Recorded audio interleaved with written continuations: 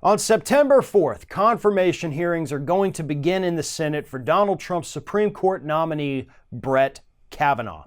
As it stands right now, Democrats in the Senate have been trying for several months at this point to get all of the information about Kavanaugh's history released so that they can review it, before voting on this guy who's going to have a lifetime appointment to the most powerful court in the United States. Republicans are withholding that information. They do not want Democrats to get their hands on it.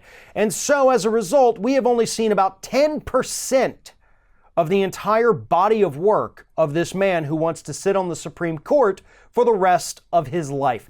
10%. Justices Sotomayor, Kagan, those justices that Obama nominated, they each released more than 98% of their body of work because Republicans demanded it. But now they're telling us, aided by the ultra-right-wing corporate-funded Heritage Foundation, that this is just a stall tactic. Democrats are trying to uphold or withhold a vote for Kavanaugh. They've had plenty of information. That is a lie.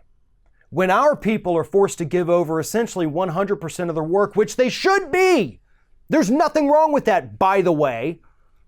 But when we give close to 100 and you give 10%, yeah, there's a problem. That's not right. If it was decent stuff that you knew wouldn't hurt him, you wouldn't feel bad about releasing it and you wouldn't be trying to hide it. That is why these judges that Obama nominated, after releasing more than 98% of their work, were still confirmed, right? Because they had nothing to hide. They had nothing they were ashamed of. They had nothing they were trying to keep dark from the American public. So what is it that these Republicans are trying to hide? Well, the answer is that Brett Kavanaugh is a 100% corporatist who will do everything he can to poison our environment, destroy workers' rights, and hand everything over to corporations that has not already been handed over to them.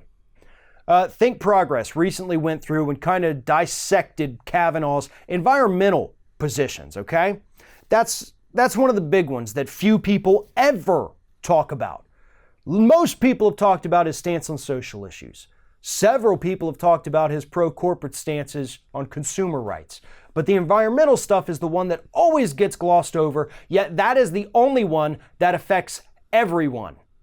Regardless of religion, regardless of sexual orientation, regardless of your race, regardless of whether or not you work or you're retired or you're too young to work, environmental issues actually affect every single one of us every single day. And nobody talks about it. So kudos to Think Progress for laying this out. And here's a few things they talk about.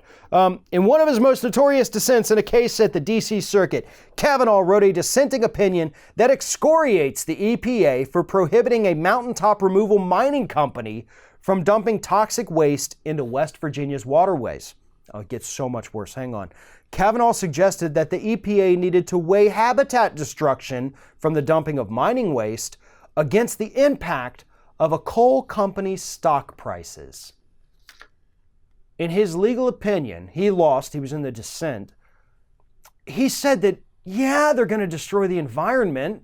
They're going to poison people, pollute the hell out of them, give them cancer and other kind of illnesses. But my God, won't somebody think of those stock company prices? Coal company stock prices, excuse me. Those poor coal executives, those poor stockholders and shareholders.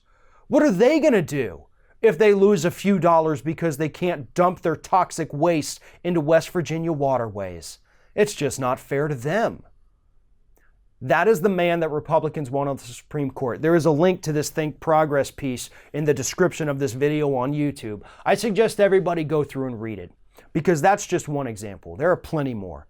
Brett Kavanaugh is an environmental disaster waiting to happen that will tip the court to the conservatives and ensure that our children, our grandchildren, do not have a habitable planet to live on.